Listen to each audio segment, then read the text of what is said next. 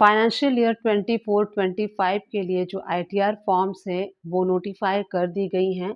ITR 1 and ITR 4 form जो हैं वो नोटिफाई कर दी गई हैं।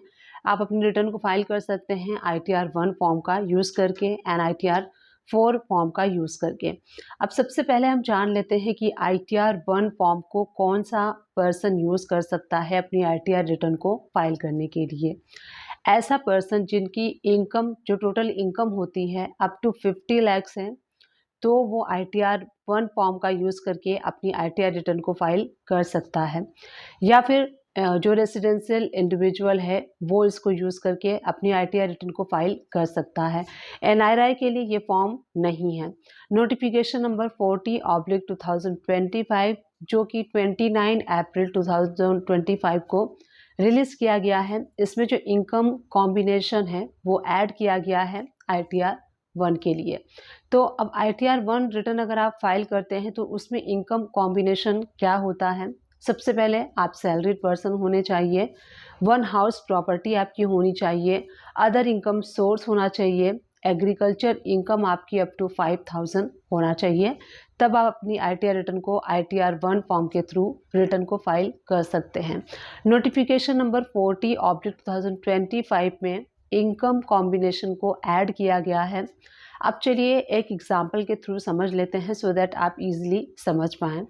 मान लीजिए कोई ऐसा सैलरीड पर्सन है जिसकी इनकम अप टू 8 लैक्स है या फिर अप टू 10 लैक्स है। काफ़ी सारे लोग शेयर मार्केट में इन्वेस्ट करते हैं। अगर किसी पर्सन ने लॉन्ग टर्म के लिए इन्वेस्ट किया है यानी कि LTCG किया हुआ है, शेयर उसने परचेज़ किया है और जब प्रॉफिट हुआ तो उसने सेल कर दिया और उसने होल्ड किया था अप टू 12 मंथ, उसके बाद उन्होंने सेल कर दिया है, तो ये LTCG के अंडर में आता है। तो किसी पर्सन ने मान लीजिए कि 8 लैक्स इन्वेस्ट किया था और उन्होंने प्रॉफिट गेन किया है 1 लाख रुपीज़ का या फिर 80,000 का प्रॉफिट उन्होंने गेन किया हुआ है, तो वो इनकम जो है वो उनको यहाँ पे शो करनी है, ITR 1 में वो शो कर सकते हैं। तो ये इनकम कॉम्बिनेशन जो है ऐड कर दिया गया है। अब आप इसको यहाँ पे शो कर सकते हैं अपनी रिटर्न में। LTCG यानी कि लॉन्ग टर्म इन्वेस्टमेंट में आपकी अगर जो आपने प्रॉफिट गेन किया हुआ है 1,25,000 तक एग्जम्पशन है। 1,25,000 तक आपको कोई टैक्स नहीं देना है। अगर 1,25,000 को आप क्रॉस कर लेते हैं तो अंडर सेक्शन 112A के अकॉर्डिंग आपकी जो इनकम है वो टैक्सेबल बन जाएगी और उसके ऊपर आपको टैक्स पे करना होगा और ये स्पेशल टैक्स के अंडर में फॉल होता है।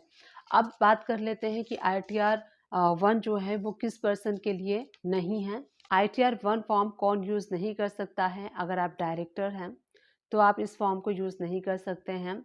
अगर इन्वेस्टर्स हैं इन अनलिस्टेड इक्विटी शेयर जो होता है उसमें अगर आपने इन्वेस्ट किया है तब भी आप इसको यूज़ कर नहीं सकते हैं। फॉरेन असेट्स या फिर फॉरेन में आपने इन्वेस्ट किया हुआ है तब भी आप इसको यूज़ नहीं कर सकते हैं। 194N के अंडर में अगर आपने कैश विड्रॉ किया हुआ है और आपका TDS डिडक्ट हुआ है तब भी इस फॉर्म को आप यूज़ करके अपनी ITR रिटर्न को फाइल नहीं कर सकते हैं। तो ये इन्फॉर्मेशन थी जो हमने आज के इस वीडियो में देखा।